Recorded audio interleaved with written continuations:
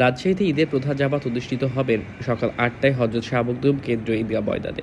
তবে আবহাওয়া প্রতিকূল হলে জামাত স্থানান্তরিত হবে দরগাহ কেন্দ্রীয় জামে মসজিদে।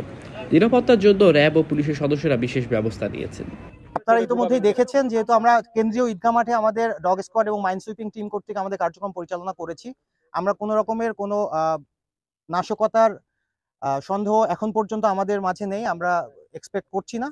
ঈদের দিন আমাদের গোয়েন্দা নজরদারি এবং বিশেষ টহল কার্যক্রম পরিচালনা করা হবে এবং রাজশাহী মহানগরীর যে হাইওয়েগুলোতে যে সমস্ত হাইওয়ে দিয়ে আন্তঃজেলা বাসগুলো চলাচল করে সেগুলোতে আমাদের বিশেষ চেকপোস্ট এবং টহল চলমান থাকবে।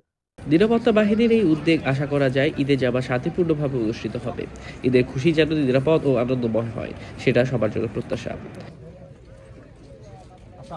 রাঁচি থেকে আলামিন মাহি, স্কাই বাংলা।